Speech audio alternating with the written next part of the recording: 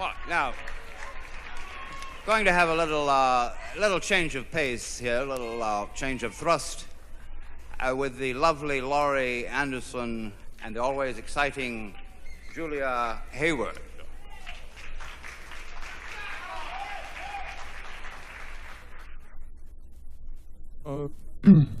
Thank you very much, Terry. We're just going to tread water here for a minute. Last year, I was on a twin-engine plane from Milwaukee to New York City, and just over LaGuardia, one of the engines conked out, and we started to drop straight down, flipping over and over. Then the engine died, and we went completely out of control. New York City started to get taller and taller.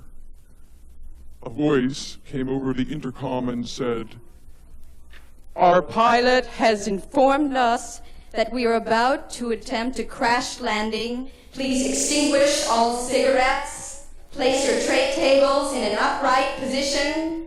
Your captain says, please do not panic. Captain says, place your head in your hands. Captain says, put your knees to your chin. Captain says, put your hands on your eyes. Captain says, put your hands on your head. Put your hands on my knees. This is your captain. Have you lost your dog? We are going down. down, together.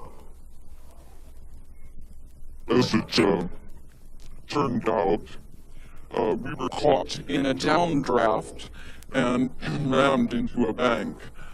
It was a miracle. But afterwards, I was terrified about getting onto planes. For months, the minute I started walking down the aisle, my eyes would clamp shut, and I would fall into a deep, involuntary sleep. My mind would shut down. You don't want to see this. You don't want to be here. You will lose your dog. Finally, I was able to regain consciousness, but I'd always have to go up to the forward cabin and ask the stewardesses if I could sit next to them, hi, mind if I join you?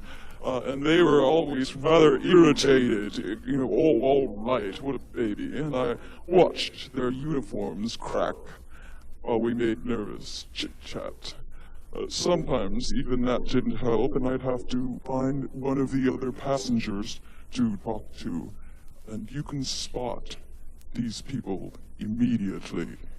There's one on every flight. Someone who's really on your wavelength.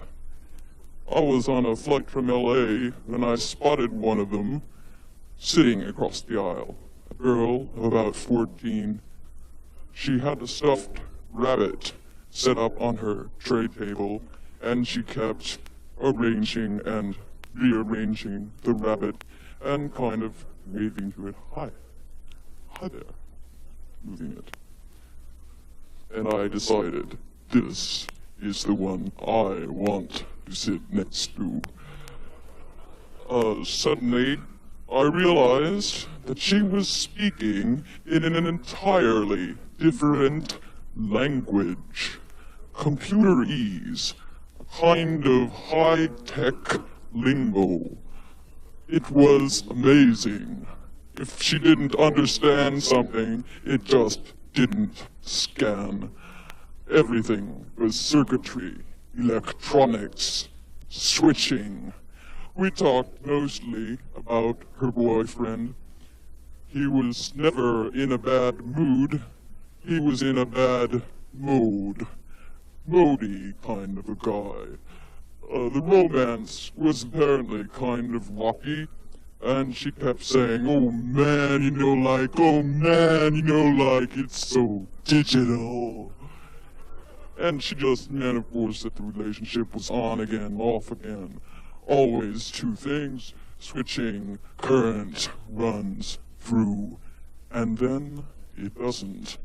It was a language of sounds, of noise, of switching. It was the language of the rabbit, of the caribou, the beaver, and the penguin. A language of the past. Current running through bodies. On again, off again. One thing instantly replaces another, the language of the future. Put your knees up to your chins. Have you lost your dog? Put your hands over your eyes. Jump out of the plane. You are not alone.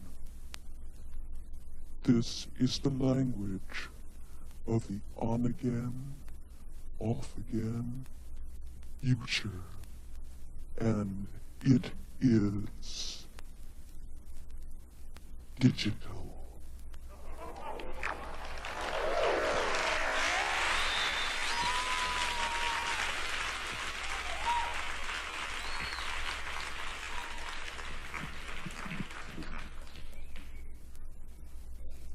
I heard that in the future, this is what I heard, that in the future there will be no more animals, no more quadrupeds. I need a pet.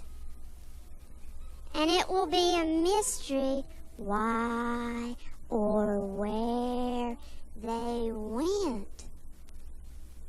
A puzzle that will soon be forgotten. The pieces of this mysterious puzzle will be distributed very secretly and very discreetly in very close circles. But each circle will only have a fragment of the puzzle. And there will be many, many puzzles. And these groups will fight for the pieces to possess all the many, many, many, many pieces of the many, many, many, many puzzles. One group, codenamed Flyers, believed that there was once an animal species that could fly. The academics of that period refused to acknowledge this theory. The Flyers also believed that there was some kind of revolution among the birds. There was a big coo. There was a big coo. The Flyers also have a dim shadow, poor excuse for a bird call.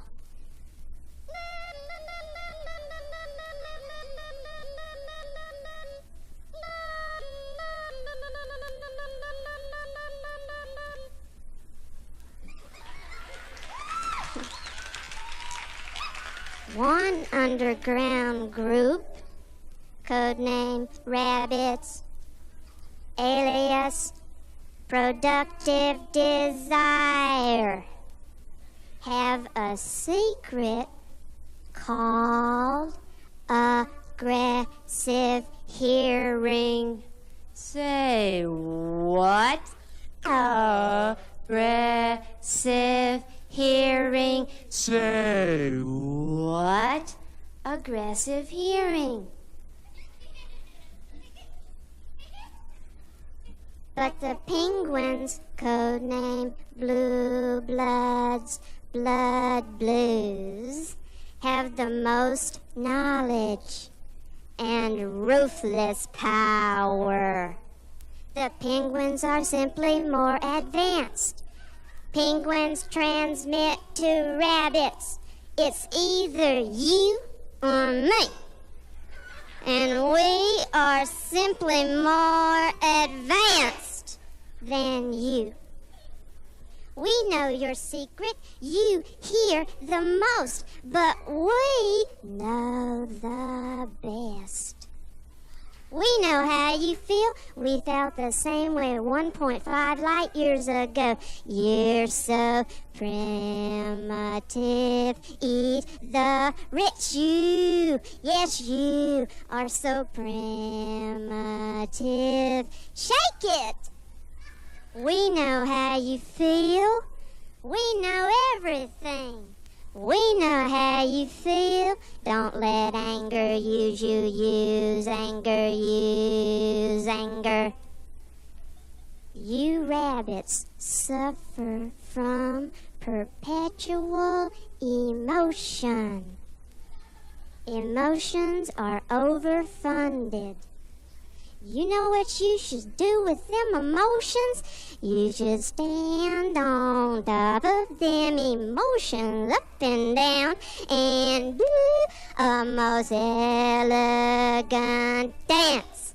Keep moving, buddy. We wanna see you move. Keep moving, buddy. We wanna see you dance. Keep moving, buddy. We wanna see you move. All systems go. Keep moving, buddy. Don't miss